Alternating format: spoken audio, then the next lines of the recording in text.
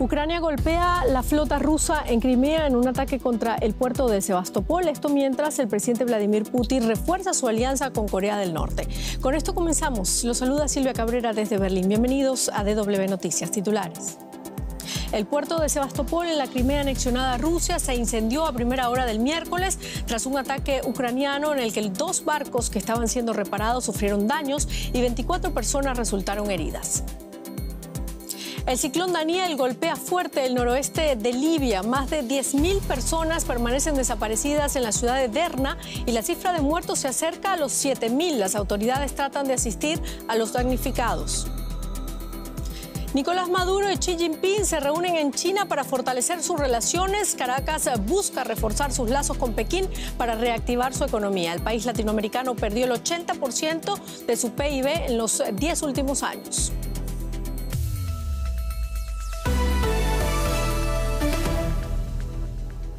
Ha sido el ataque más duro hasta la fecha contra la flota rusa del Mar Negro en su base portuaria. Según reportes rusos, varios misiles ucranianos alcanzaron 2 buques de guerra en un astillero de Sebastopol en la península de Crimea anexionada por Rusia. Ucrania quiere recuperar Crimea y no deja de lanzar allí pequeñas operaciones. Y esta vez posiblemente más que eso. Nubes de humo cubren el cielo sobre el puerto de Sebastopol. Según Moscú, los rusos interceptaron 7 de los 10 misiles disparados contra el astillero. 2 navíos de guerra quedaron dañados. La dimensión de los daños no se puede comprobar. Es el mayor ataque al puerto de Crimea hasta el momento. Aquí se encuentra la flota rusa del Mar Negro con la que atacan Ucrania. Según el gobernador, al menos 24 personas resultaron heridas.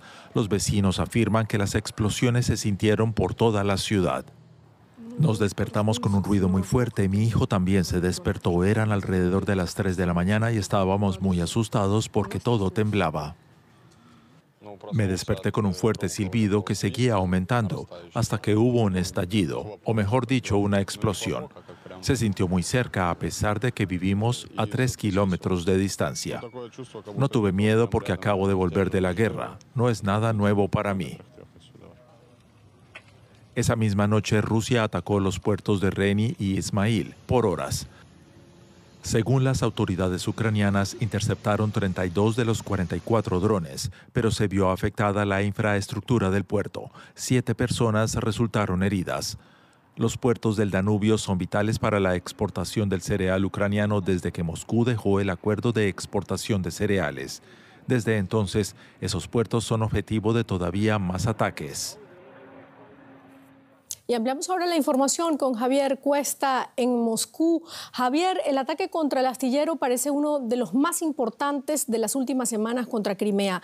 ¿Qué tan grave es el daño que le han causado a las fuerzas del Kremlin? Así es, el ataque de esta noche contra el puerto de Sebastopol ha sido clave por 2 motivos. A corto plazo, porque han utilizado 2 navíos importantes, un submarino diésel ruso y uno de los transportes de tropas que podría utilizar Rusia para intentar desembarcar por ejemplo, en Odessa, como tenían planificado anteriormente. Pero, sin embargo, es muy significativo este ataque porque Sebastopol es el único puerto que tiene de aguas calientes para poder acceder al Mediterráneo. Me explico. Este puerto era una concesión de Ucrania a Rusia y en 2014 fue lo primero que intentaron defender al tomar Crimea, porque es el que le permite tener una flota naval que pueda pasar al Mediterráneo y actuar en otros países, como por ejemplo ha hecho en Siria o en África. Por tanto, le da bastante proyección estratégica. La única alternativa que tiene es otro puerto que está en la zona continental de Rusia, pero ahí no puede desplegar sus barcos más pesados. Javier, quédate con nosotros. Vamos a seguir hablando de Rusia y en un minuto volvemos hasta Moscú. porque el presidente ruso Vladimir Putin se reunió este miércoles con el líder norcoreano Kim Jong-un en la región de Amur, en el extremo oriente ruso. Kim prometió su pleno apoyo a Rusia, asegurando que su país siempre respaldará a Moscú en lo que el mandatario norcoreano denomina su lucha contra el imperialismo occidental. Ambos líderes se reunieron en un complejo espacial situado en el extremo oriental de Rusia. Putin, por su parte, aseguró que Moscú y Pyongyang seguirán fortaleciendo sus relaciones bilaterales en pro de la paz, la estabilidad y el bienestar en la región. Vamos de nuevo a Moscú. Javier Cuesta, se dice que la reunión entre Putin y Kim Jong-un es un encuentro entre dos líderes aislados. ¿Qué tan cierta es esa afirmación? En efecto, tanto Rusia como Corea del Norte son de los dos países con más sanciones del mundo.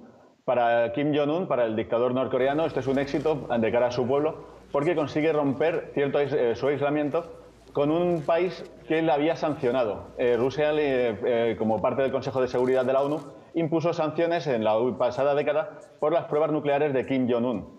Y por eso este acercamiento natural entre dos países que han visto rotas sus relaciones con el resto del mundo es un paso natural.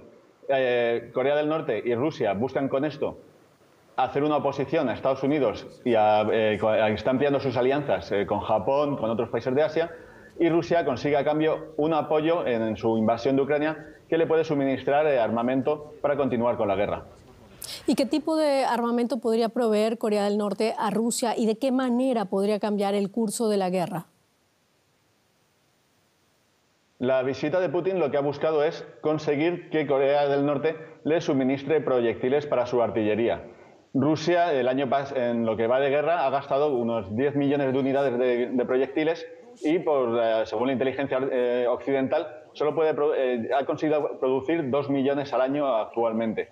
Por tanto, necesita conseguir munición para proseguir con la ofensiva contra Ucrania. Corea del Norte no le puede suministrar tecnología moderna, a cambio es lo que le va a suministrar Rusia a Pyongyang, por ejemplo, con tecnología para submarinos nucleares y los satélites, como comentabais. Pero lo que consigue de Corea del Norte es munición. El propio Putin ha reconocido hoy que, aunque la ONU ha sancionado la exportación de armamento y de munición a Corea del Norte, sí se puede conseguir comprarle a él, a Pyongyang, la propia munición. Javier Cuesta, muchísimas gracias por este análisis desde Moscú. Y vamos ahora con otros temas. Las autoridades del este de Libia creen que casi 7.000 personas fallecieron a causa de las fuertes inundaciones en ese país. Se teme que la cifra de muertos siga aumentando, ya que aún hay 10.000 desaparecidos. Gran parte de la ciudad de Derna quedó destrozada por las lluvias torrenciales que rompieron 2 represas. La indignación de los residentes fue creciendo al observar los daños. Sigue la búsqueda de sobrevivientes entre los escombros e incluso en el mar. Las labores de búsqueda y rescate continúan en Derna, pero las posibilidades de encontrar sobrevivientes son cada vez más escasas. Este padre sobrevivió a las inundaciones, pero su hija fue encontrada sin vida entre los escombros. Miles de personas han muerto y miles más siguen desaparecidas mientras las labores de rescate continúan. Esto es un desastre. Mi hermana, sus hijos, su hija y su nieta, un total de 11 miembros de la familia. Un desastre. Mis sobrinos, mi gente, mi familia.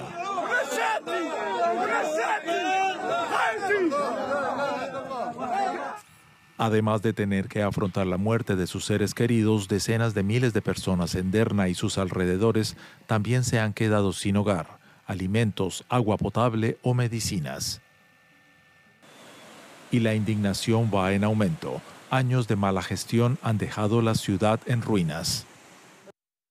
Gran parte de las infraestructuras en Libia están abandonadas, tras más de una década de conflicto y la ausencia de un gobierno central. Las zonas afectadas no están bajo el gobierno reconocido por la ONU, con sede en Trípoli. El este está gobernado por una administración encabezada por el líder militar Khalifa Haftar, que dirigió un intento de golpe de Estado en 2014. Han llegado algunas ayudas y equipos de rescate del extranjero, pero con el país dividido y las carreteras arrasadas, la distribución de la ayuda humanitaria se complica.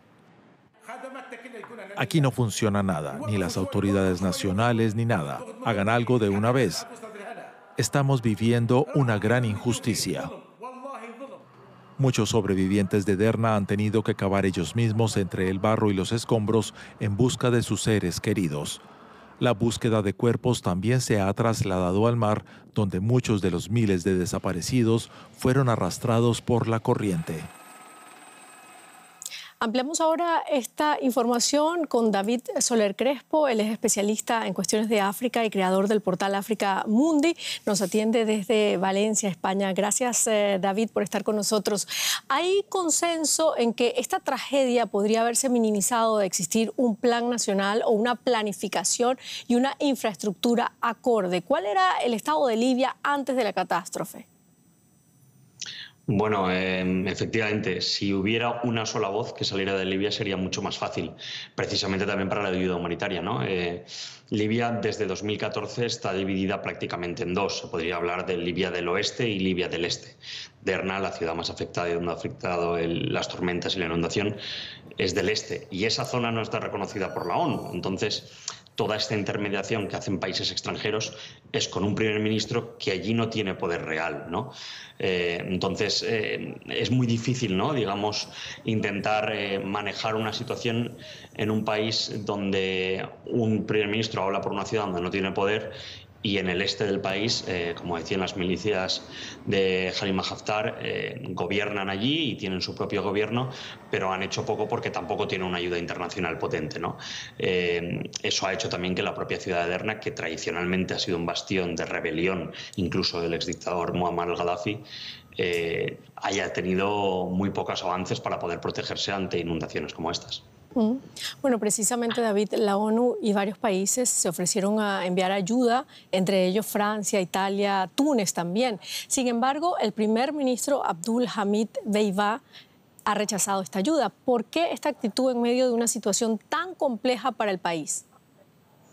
Sí, bueno, es que lo primero y lo más importante es porque él mismo al principio puede rechazarla, pero al final no decide él si la ayuda llega allí, porque él a lo mejor puede hacer que la ayuda humanitaria de la ONU llegue hasta donde lo controle, pero tiene que llegar a un acuerdo, ¿no?, por decirlo así, o tiene que haber una tranquilidad y un entente entre el gobierno del este y el del oeste para que pueda llegar esa ayuda a esas zonas, ¿no? Sí que es verdad que en las últimas horas, según lo que aseguran las informaciones, ha cedido un poco la mano. Al principio decía que solo era la ayuda necesaria. Es un poco una manera de decir que mira, que nosotros somos capaces, ¿no?, un poco de seguir adelante y no somos tan pobres o no tenemos tan pocas infraestructuras humanitarias como para poder responder a catástrofes, pero al final, en mi opinión, es un error y poco a poco se está dando cuenta de ello y ambos gobiernos están colaborando y aceptando cada vez más ayuda internacional. España, Alemania, la Unión Europea, ahora Estados Unidos, Reino Unido, cada vez hay más países, incluido algunos países árabes, que ya están mandando ayuda y esperemos que llegue lo antes posible porque la situación es catastrófica. Pero claro que sí, son 7.000, casi 7.000 los muertos. David Soler Crespo, muchísimas gracias por este análisis para nosotros. Gracias a ustedes. Y vamos ahora directamente a la economía. Juliana González. Silvia, muchas gracias. Hoy es día de cifras de inflación y empezamos con los Estados Unidos, donde la inflación vuelve a subir. Los precios del consumidor se escalaron hasta 3,7% en el mes de agosto, según datos del Departamento de Trabajo de Washington. La razón principal fue el incremento de los precios de la energía, sobre todo la gasolina, pero también los alquileres. Algunos alimentos también se encarecieron. Los datos sobre la inflación se esperaban con impaciencia y podrían determinar la futura estrategia de la política monetaria. La Reserva Federal de Estados Unidos quiere frenar la inflación y para ello estudia la posibilidad de endurecer aún más, o quizás no, los tipos de interés en su reunión del próximo 20 de septiembre. Y por fin se da a conocer ese esperado dato de inflación y nosotros analizamos esta agridulce espera con mi colega Ana Nieto desde Nueva York. Hola Ana, te saludo con mucho gusto. Después de las fuertes subidas de las tasas de interés desde marzo del 2022, por segundo mes consecutivo sube la inflación. ¿Es decepcionante? Sí, es decepcionante, pero tampoco demasiado sorprendente, ya que se esperaba un impacto negativo de los precios del petróleo, que han subido. La mitad de la subida del 0,6% de la inflación en agosto se debe a los precios de la gasolina. La lectura anual, como dices, queda en el 3,7%. La decisión de Arabia Saudí de recortar la producción en los últimos meses y de extenderla hasta diciembre está pasando factura y va a pasar más. Bank of America ya calcula que el precio del barril puede llegar a $100 a finales de año. Ahora mismo el Brent está cotizando alrededor de los 92.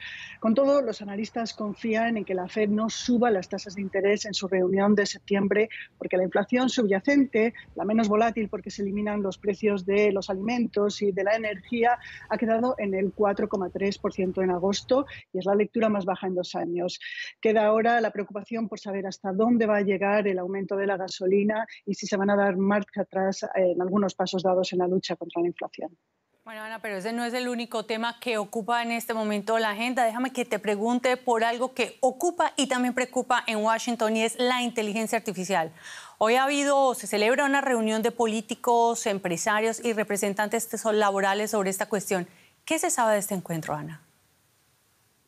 Pues sabemos que además de políticos de ambos partidos, especialistas en éticas y representantes de la sociedad civil, estaban ahí los consejeros delegados de Meta, de Microsoft, Nvidia, OpenAI, SpaceX, Eric Schmidt y Bill Gates como antiguos consejeros delegados de Google y Microsoft. Sabemos que este es un primer encuentro a puerta cerrada de una serie para lograr un entendimiento sobre qué es la inteligencia artificial, qué supone esta tecnología, para saber cómo regularla. Y ya hay iniciativas para crear, por ejemplo, una oficina independiente, como sugería Sam Altman de ChatGPT.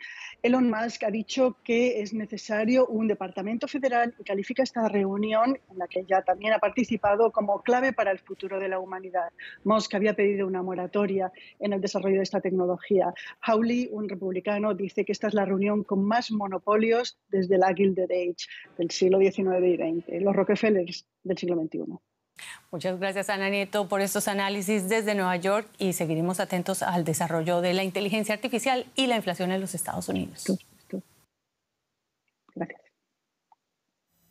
Y hablamos ahora de otra inflación. Es que el Instituto Nacional de Estadísticas y Censos de Argentina dio a conocer este miércoles una nueva subida, esta vez del 12,4% en el índice de precios al consumidor del mes de agosto, lo que supone el doble anotado en el mismo periodo del mes de julio.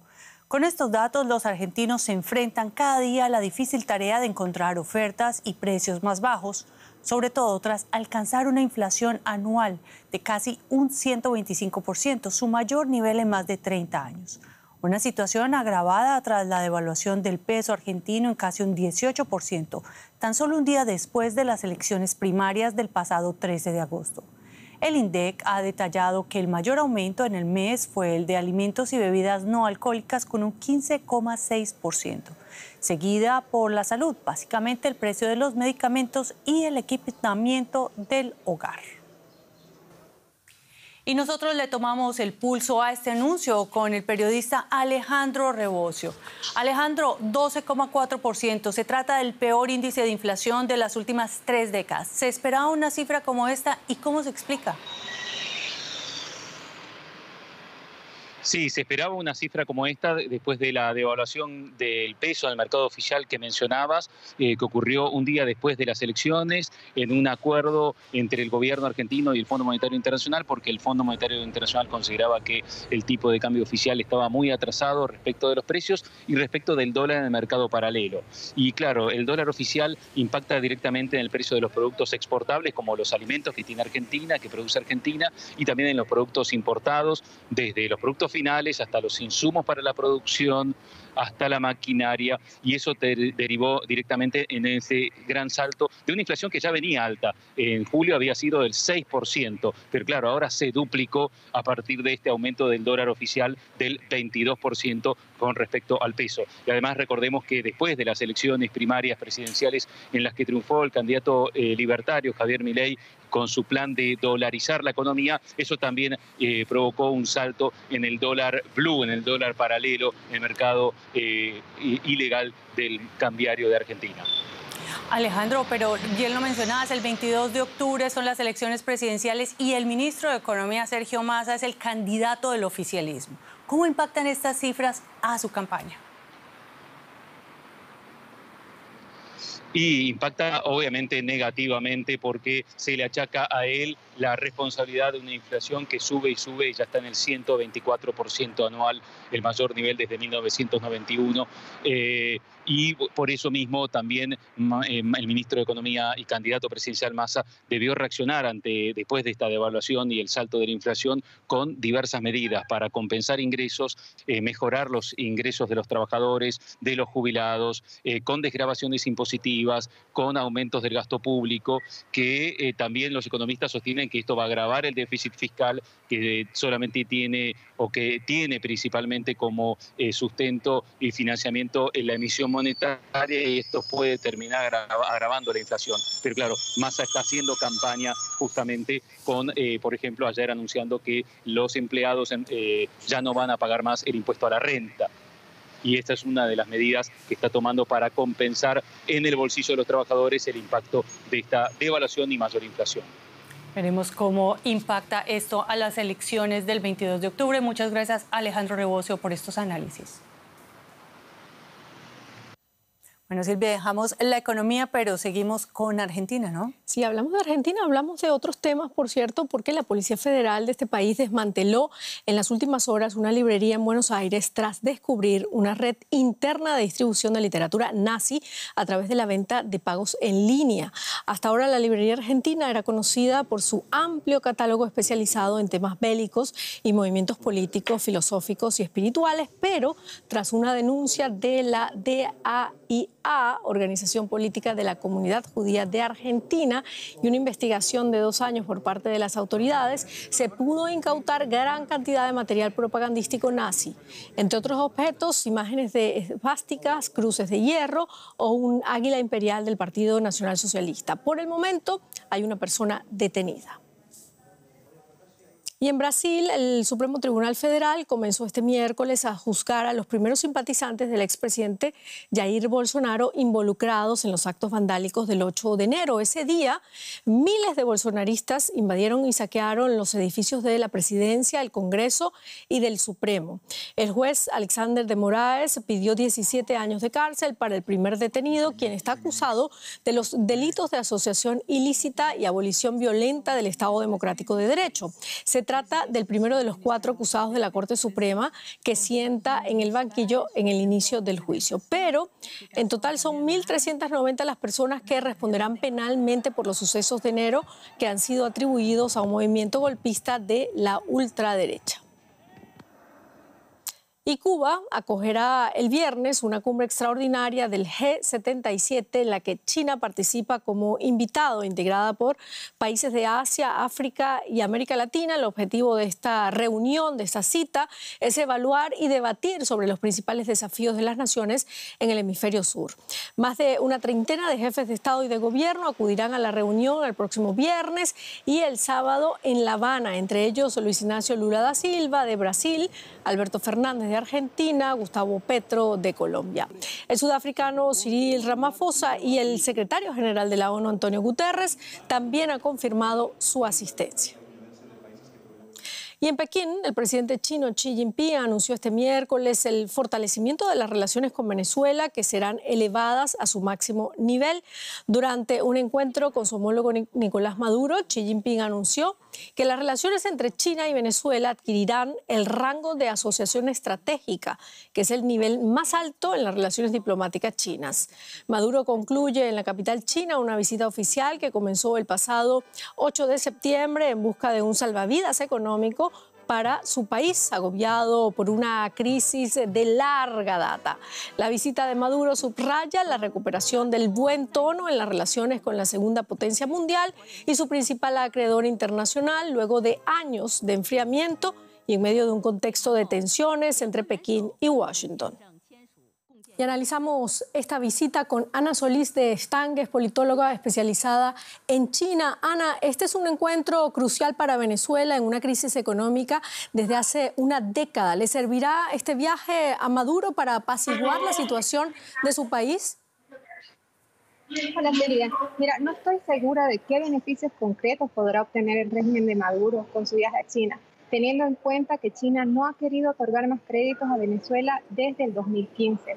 Pero sabemos que el régimen de Maduro necesita un rescate urgente, especialmente en este periodo en que se aproximan las elecciones presidenciales del 2024.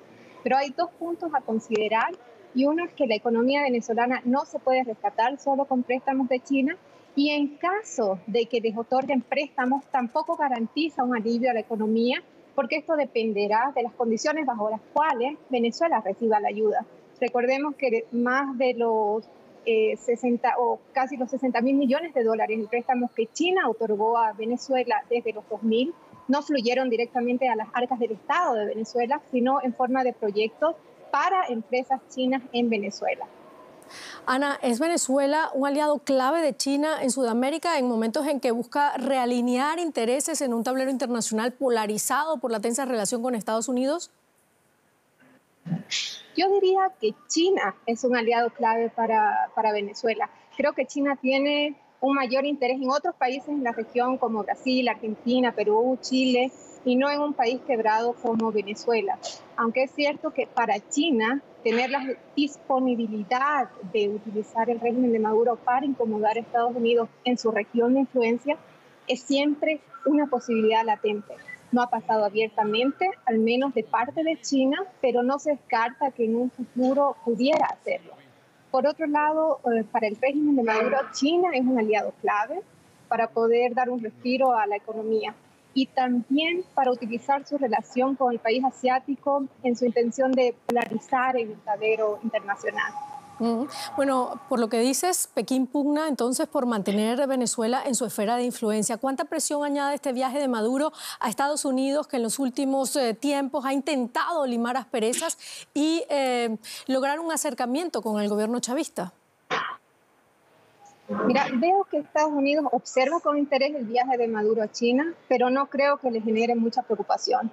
Hasta ahora China se ha mantenido bastante pragmática en su relación con Venezuela y no ha intentado, al menos abiertamente, como decía, llevar su relación con Venezuela en función de generar conflictos con Estados Unidos. Y China quiere recuperar los créditos que le otorgó a Venezuela y tal vez esperan a ver qué sucede en las elecciones presidenciales del próximo año. Esto es diferente de parte de Venezuela, que incesantemente ha intentado colocarse como manzana a la discordia entre China y Estados Unidos. Muchísimas gracias, Ana Solís de Estangues, por este análisis.